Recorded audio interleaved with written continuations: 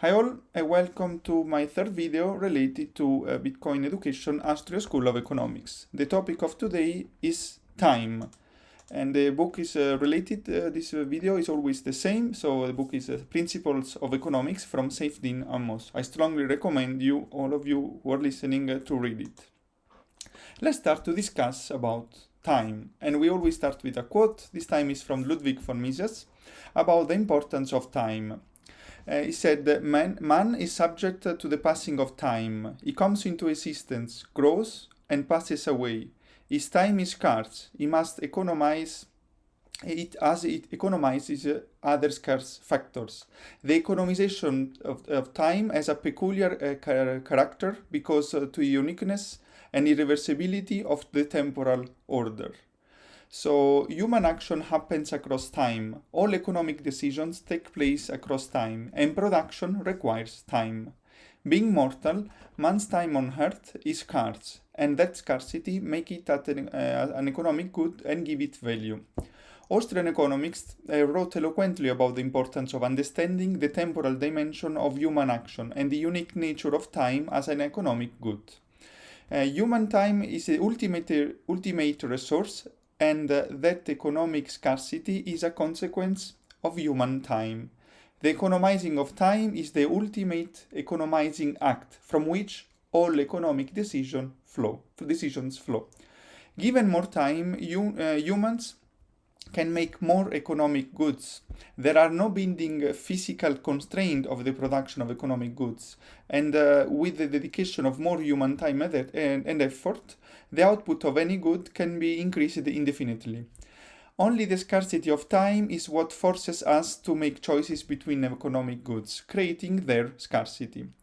In the book The Ultimate Resource, Julian Simon, in fact, argues that human time or human labor is the ultimate resource because it can be used to make all economic goods and resources. The dedication of time to any production process will lead to an increase in the supply of its output, which leads Simon to argue that using the term resource to describe material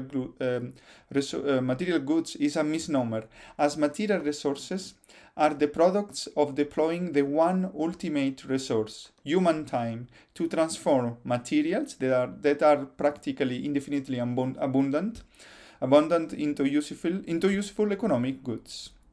The term's resource suggests a fixed pool that humans draw down as they consume, but in reality resources need to be produced before they are consumed, and their production is limited not by their physical abundance or our enormous planet, but by the amount of time humans dedicate to producing them and their opportunity cost in terms to other goods. Raw materials, metals, and fuels are not given to us as a manna from heaven. They are complex output of sophisticated production process to extract and deploy them to meet human needs. Scarcity is a function of the finite nature of human time. While material goods are technically scarce on Earth, their absolute quantities within the planet are far beyond our abilities to exploit. The amount of raw materials is therefore not what makes them scarce. In fact, what makes them scarce for us is the time that is required to produce them, since that it is limited and is constrained in a very vivid sense to us. So I say it again, the last sentence, because it's very important. So the amount of raw material is therefore not what makes them scarce, the goods scarce. What makes the resources of the goods scarce is the time that is required to produce them. And we also define opportunity costs, and it's very important in Austrian School of Economics. The scarcity of time is why humans have to think not just about direct monetary cost associated with any activity, but about its opportunity cost, the cost of an activity in terms of the foregone value of a different activity in which a person could have engaged. We cannot engage in all activities. We must choose. And the time needed to carry our activities is always a constraint, and humans must factor in the alternatives they forego every time they partake in an activity. Let's move to on the abundance of resources and deep dive how abundant are our resources the materials in our planet. The most common measure to discuss is the abundance of resources, is known or proven reserve, which refers to quantities of a resource that are definitely known to exist in particular location and can be extracted with current technology and prices. Proven reserves are but the tip, the giant submerged iceberg in the Earth's total resources, which we cannot even hope to estimate with any accuracy. In fact, the Earth is enormous, and its exact composition is very difficult to ascertain from the surface. The total usage for mining was estimated to be 0.011% of the planet's surface area. And if our planet was the size of a soccer field, the surface area of all the world mines would be circa the size of a desk. So from a soccer field to a desk. If the Earth was a ball with a diameter of 1 meter, the deepest hole ever dug its crust will be 0.27 millimeters.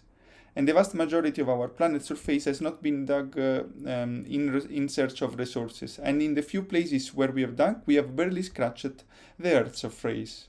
So if the Earth volume, last comparison, if the Earth volume was that of an Olympic swimming pool, all the world's mines would be roughly the size of a half of a glass. And that's impressive. Therefore, worrying about the total amount of resources is so misguided. In fact, the limit and constraint of how much we can produce from each metal in any given year will continue to be the amount of time and resources we direct to its production, and the amount of other goods and services we are willing to forego its production. All individual economic decisions pertaining to a resource are made not the total stock of that resource, but are made at the margin, based on the next marginal unit of land to be exploited, the marginal cost of extracting the next unit, and the marginal revenues expecting from selling it. Now we will deep dive on the scarcity of human time, and that, as you understood, is the main topic of this video, of this presentation. What we really value, therefore, are not resources, but economic good made from resources. That should be clear from the slides before. That is what requires time, and that is what is scarce. And that is the scarcity from which all other scarcities originate. So we can see that economics is all about scarcity, and scarcity is all about human time. The raw material is everywhere around us, but the time to produce economic goods from it is scarce. Humans are not passive recipients of manna that can run out. Humans are the producer of these resources, and when demand for these metals increases, the most important determinant of the scarcity is the action of the humans who produce them, and the incentives they face. As they face greater demand for a resource, they have the incentive to produce more of it and invest more in its production. As productivity increases, we are able to obtain larger quantities of the supply of the good per amount of time invested in producing it, meaning that the real price of the good, as measured in terms of human labor, will continue to decline. While commodity prices can and usually rises in terms of national currency, that is a result of the debasement of the national currencies. What measured against wage rates or the price of human time, all commodities are in the long-term price decline, even as consumption steadily increase. In fact, economists Gail Pauly and Marian Tupai measured the price of 50 basic commodities in terms of wages. The basket of those 50 commodities has fallen 75.2% over the period between 980 and 2020, even if human population increased by 75.8% over these 40 years. Decades that witnessed the largest human population growth and the highest consumption and standards of our living in history. So the only scarcity is the time humans these commodities. is the time humans employ for these commodities, and that is why global wages continue to rise worldwide, making products and materials continuously cheaper in terms of human labors. The one resource whose price has risen almost continuously throughout history is human time, as mentioned by wages. As we continue to find a more ingenious way of increasing the product of physical resources, the real price in terms of human time continues to decline, while the value of human time continues to rise. Only with this framework one can understand why humanity has never run out of any resource, even after millennia of exploiting the earth. If resources are to be understood as finite, then the existing stockpiles will decline with time as we consume more. But even as we are always consuming more, prices continue to drop, and the technological improvements for finding and excavating resources allow us to find more untapped stockpiles. Even gold, one of the rarest the rarest metal in the earth crust, has been mined for thousands of years and continues to be mined in increasing quantities as technology advances over time. Scarcity is only relative to material resources, with a difference in the cost of extractions determining the scarcity.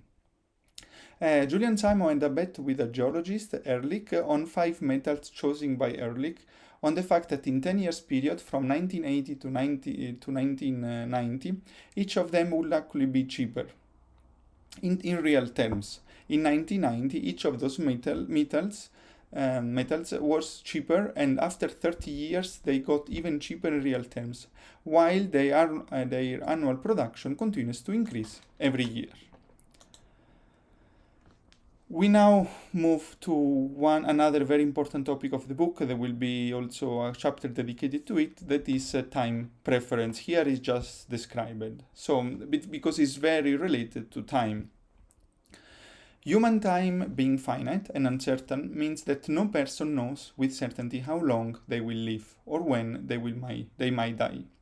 This creates in a man a time preference, a universal preference for earlier over later satisfaction.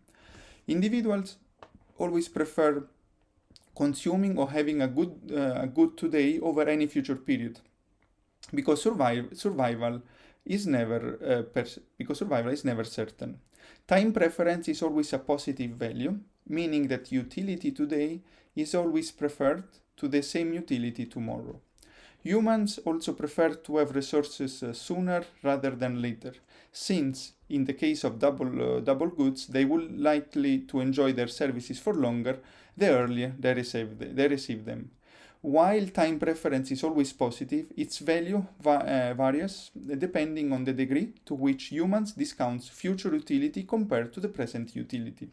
A relatively low time preference indicates a low degree of discounting of future utility, indicating a relatively greater concern with the future. A higher degree of discounting the future utility indicate a relatively lower concern with the future and a strong present orientation. But this now just understand the terms and the definition, because there will be a chapter dedicated only on time preference. As said, economic scarcity is ultimately the scarcity of human time. We can also understand entirely of human economizing as cantering around economizing time. The future being uncertain, time preference being universally positive, means that humans constantly seek to maximize the value of their present time. Leisure, in fact, describes the time people spend doing things they enjoy for their own sake, things that bring them immediate pleasure, as opposed to things they do in exchange for a future reward or satisfaction. Spending time only in leisure will lead to an early death, and humans seek also to maximize the quantity of time we have on Earth. Therefore, human reason allows us to conceive of a better future, to work for it, and to sacrifice present enjoyment for its sake. The more an individual values the future and works and provides for it, the more likely they are to survive into the future. Ultimately, the economic question is how we trade off present utility against longer survival and future utility. This is one of the most important sentences of Austrian school economics, the following one. The most important trade an individual conducts in his life, it is the trade with his future self. The simplest trade is the one involving foregoing immediate pleasure in favor of labor to provide for the future.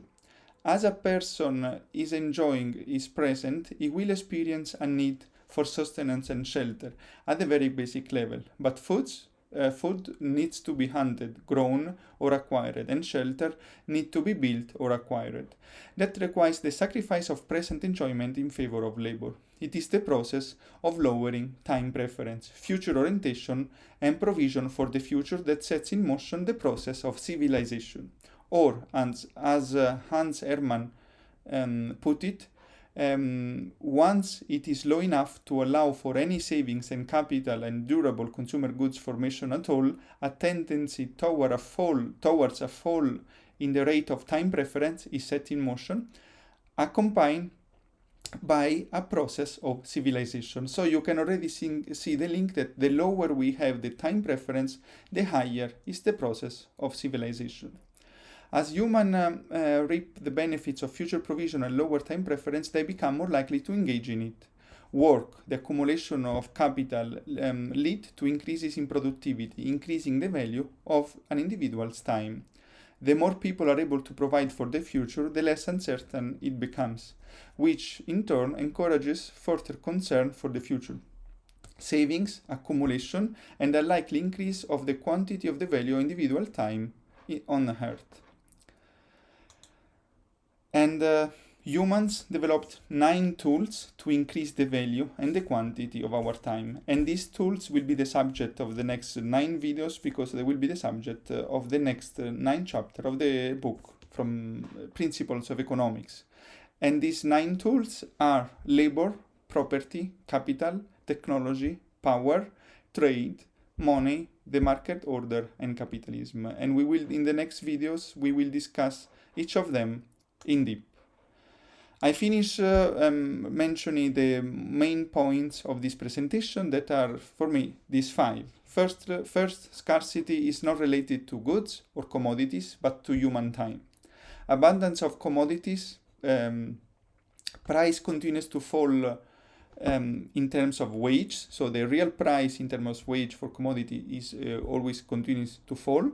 Third, time preference, a universal preference for earlier over later satisfaction. The most important trade an individual conducts in his life is with the future himself. And last but not least, the process of lowering the time preference is the process of civilization. And with that, the presentation is finished. Thank you, and see you in one of the next videos.